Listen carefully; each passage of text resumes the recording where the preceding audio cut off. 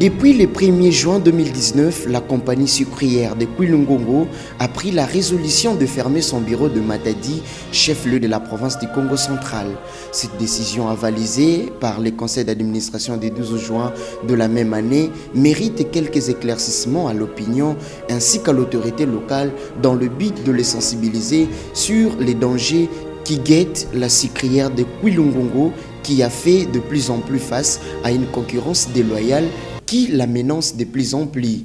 Mais ici, il faut préciser, dès lors que cette opération ne fait suite à aucun licenciement de son personnel. Tous ont été affectés à Kwilungongo et leurs rangs aussi ont été préservés. La présente mission, c'est celle de la compagnie sucrière de Kwilungongo qui a été décidée par le conseil d'administration qui a ainsi souhaité que les deux administrateurs, l'ADGA qui vous parle, ainsi que mon collègue administrateur Papitamba, venions voir les autorités du Congo central pour leur exposer premièrement une décision du conseil qui concerne la fermeture du bureau de Matadi, qui a ici plus de 35 ans, mais qui n'a, pour les rassurer, n'aura aucun impact négatif sur le niveau de la province, puisque les emplois qui sont là sont préservés, les prestations qui sont faites par ce bureau depuis 35 ans seront sous-traitées, entre autres par des transitaires. Les emplois qui étaient ici, il y en avait 7, ils ont été transférés à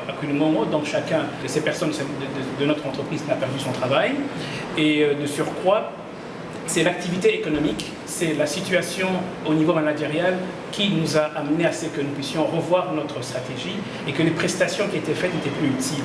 Un exemple, le bureau d'ici qui était là avait un rôle de liaison avec les institutions qui, à l'époque, il n'y avait pas un DGA. Aujourd'hui, un DGA, c'est votre fils ici, qui est l'interface entre les autorités provinciales et la sucrière. Je suis basé à Kwilou, c'est à moins de 2 heures, donc c'était plus utile. Le travail qui était fait par les prestataires, le travail qui était fait au niveau de dédouanement sera fait par des transitaires. Et l'activité en question, par exemple, la vente du sucre, qui était faite aussi par le bureau de Matadi. Pour la petite histoire, la création du bureau de Matadi au sein de la sucrière de Kwilungongo remonte aux années 80. L'opinion devra retenir à ce sujet que cela faisait suite à la nouvelle collaboration avec l'État zaïrois à l'époque et c'est après les tristement célèbres politiques de la zaïrianisation. Ainsi, le temps pour la sucrière de renforcer son outil de production qui devra intégrer l'augmentation de la demande liée à une explosion démographique. Le bureau de Matadi a beaucoup plus servi à ses débuts aux importations et parfois à des exportations. Aujourd'hui ne le justifie plus, on a vendu seulement près de 800 tonnes l'année dernière, ce qui est très peu.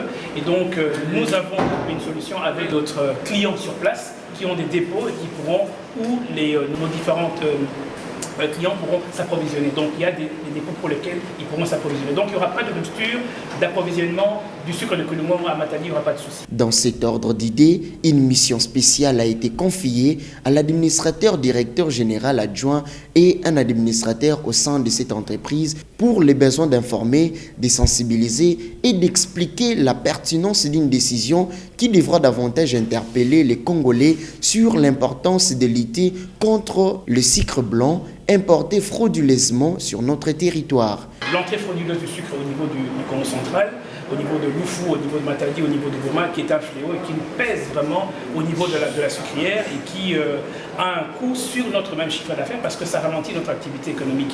Et donc nous avons retrouvé une oreille attentive auprès du vice-gouverneur qui nous a dit qu'il est prêt à nous accompagner pour cette lutte. Et cette lutte, vous savez qu'elle implique plusieurs paramètres, plusieurs services au niveau des frontières et donc nous ne pouvons pas la faire seule. Le gouverneur de province nous a promis son concours là-dessus. La sucrière, elle a invité la sucrière à pouvoir compter sur son appui. Et donc nous allons rentrer au niveau de Kwilungongo pour donner une réponse positive que le gouverneur du Congo central va nous accompagner dans son combat qui ne peut pas se faire seul à notre niveau et nous avons besoin de l'institution du gouvernorat du Congo central. Et ça nous a rassurés. Et pour nous, moi-même d'abord comme représentant de l'État congolais, maintenant basé en permanence à Kwilou, je serai, je l'ai dit au gouverneur, permanent ici, régulier ici. Pourquoi? Parce qu'il y a maintenant l'État congolais qui est représenté dans la gestion courante de l'entreprise. Donc je serai régulièrement ici pour travailler main dans la main pour lutter surtout sur ce fléau de sucre frauduleux qui rentre au niveau de nos frontières ici, au niveau du Congo central. Ce bureau était alors installé à Amisa, une agence en douane située à l'entrée du port de Matadi. Messi Ntikamantoa du département des achats était le chef local ayant sous sa direction 2 autres agents. Cette première équipe travaillait en semaine à Matadi et retournait le week-end à Kwilungongo pour rendre rapport à la direction générale. Ils seront très vite remplacés pour cause de mégestion. Jusqu'en 1988, les équipes qui se sont succédées au bureau de Matadi servaient principalement au suivi des dédouanements des intrants de la sucrière. Pour ce qui est de l'écoulement du sucre, des quotas ont été accordés à certains grands commerçants de Matadi jusqu'à plus de 400 tonnes par mois. Un système mis à mal par le pillage de 1991. Après cette époque, la sucrière reconsidéra sa politique commerciale. Un cadre de la société va être nommé comme directeur d'agence à Matadi. Il aura notamment la charge d'assurer les relais avec l'autorité provinciale et la vente du sucre. Ils n'ajouteront l'exportation de l'alcool qu'à partir de 1995, après la mise en route de la distillerie. En tout état de cause, et si ce qui précède devra résister à l'analyse, il y a lieu d'ajouter comme précision les éléments ci-après. La fermeture du bureau de Matadi n'engendre aucun licenciement, les recoupements d'informations et la transmission des documents sont maintenant effectués en amont, ce qui ne justifie plus la présence du personnel à Matadi, surtout en cette période de crise. Les transitaires ont été suffisamment sensibilisés pour la circulation effective des informations, toutes les dispositions prises. Mais en définitive, la population doit retenir que certains clients de la sucrière disposent des grands entrepôts à Matadi pour continuer à assurer la vente de nos produits dans toute la province du Congo central, mais aussi les soins médicaux de nos pensionnés ainsi que leur paye continuent à être assurés à Matadi même. Il faudra préciser ici que toutes ces mutations n'ont engendré aucune fermeture de bureau de Matadi. Les raisons principales qui ont rationnellement conduit à cette décision sont les suivantes: l'accumulation de produits, problèmes liés à la logistique de l'import, la réduction naturelle du personnel avec le décès d'un agent et le départ à la retraite d'un autre. Les coûts très onéreux de ces bureaux qui ne permettent plus à la sucrière de suivre vu les difficultés auxquelles elles sont confrontées. Faible tonnage du sucre vendu. Ici, il faudra relever les effets pervers de la concurrence déloyale à laquelle la sucrière fait face en rapport avec le sucre importé frauduleusement. Il y a absolument les deux. Il y a la concurrence déloyale et il y a l'entrée frauduleuse. Vous savez qu'au niveau du pays, la seule entreprise du sucre qui existe aujourd'hui, c'est la sucrière de Kwilungongo. Il y avait la sucrière de Kiliba qui se trouvait au Kivu, qui aujourd'hui aussi est tombée en faillite, pour des raisons qui sont similaires pour celles que la Kwilungongo aussi aujourd'hui. Et donc, il ne faudrait pas que la seule compagnie sucrière qui reste aujourd'hui subisse le même sort.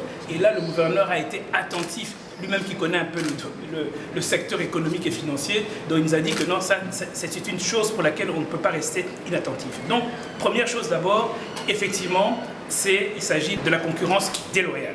Effectivement, il n'est pas normal que du sucre rentre ici au Congo central sans payer les droits de taxes et de royalties. Ce n'est pas possible, c'est ça la concurrence déloyale. Si elle entrait ici au Congo central, à Matadi ou à Boma, en payant les taxes qu'elles doivent payer à l'État, qu'elles doivent payer à la déjà cassée, on serait alors dans une concurrence loyale. Et que nous, au niveau de l'entreprise, on l'a dit au vice-gouverneur, nous avons quand même une entreprise qui a près de 5 000 emplois. 5 000 emplois quand même au niveau du Congo central, ce n'est pas rien à ce jour, sans compter les emplois indirects. Nous payons les taxes à la déjà cassée qui rentrent dans les caisses de l'État. Donc, de ce côté-là, on ne peut pas privilégier une entreprise ou bien un opérateur extérieur et fustiger et délaisser la sucrière qui, elle, est une entreprise de l'État dans laquelle, je vous rappelle, le gouvernement a 40% de part. Donc, concurrence déloyale. Et puis aussi, sucre frauduleux, effectivement, sucre frauduleux, on ne peut pas comprendre que, je vous informe qu'il existe un arrêté interdisant l'importation du sucre blanc et du sucre blanc, ou bien limitant l'importation.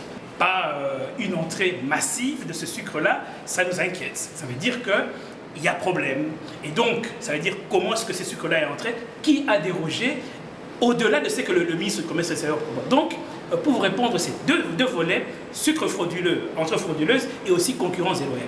Et pour ça, le gouvernement du Congo central nous a donné son concours, mais je pense, et là il nous a dit aussi, au niveau de Kinshasa, on attend les nouvelles autorités, le nouveau gouvernement qui va voir, le ministre du Commerce extérieur, le ministre de l'Industrie et de PME, même le Premier ministre, on doit nous accompagner contre cette entrée du sucre frauduleux. Au-delà des décisions si évoquées, la sucrière de Kwilungongo tient à alerter l'opinion sur la nécessité de lutter contre l'importation frauduleuse du sucre blanc dans notre pays. Des emplois sont sérieusement menacés et sa participation à l'économie nationale et provinciale subit aussi de plus en plus un coup de fouet. Ceci ne pas que l'affaire de la sucrière, tous devront se sentir concernés. On a senti, l'administrateur Papitamba et moi, que les autorités du Congo central sont réellement de bonne foi. Mais ils ont dit qu'il y a des décisions qui appartiennent à l'autorité nationale. Et donc, nous sommes dans l'attente de la mise en place de ce gouvernement parce qu'on veut avoir des interlocuteurs qui soient valables, on peut le dire. Hein, et nous espérons que ceux qui vont venir maintenant au pouvoir, au niveau de Kinshasa, vont comprendre qu'on ne peut pas laisser la sucrière de Kwilungongo, seule entreprise du secteur aujourd'hui du sucre, qui fait vivre à Kwilungongo, à Manzangongo, à tout ce territoire, des familles entières et qui contribuent dans des termes substantiels au niveau du budget de l'État, au niveau des recettes de l'État, à part ça, pas la déjà cassée et la laisser tomber pour quelques opérateurs économiques qui se sucrent derrière le dos de l'État. Ça, c'est scandaleux, on ne peut pas le permettre. L'arrivée de la nouvelle équipe ici, au niveau du gouvernement provincial, ça nous a fait chaud au cœur, ça nous a rassurés. On repartira à Kwilungongo avec l'esprit apaisé d'avoir un concours certain de cette équipe ici en place.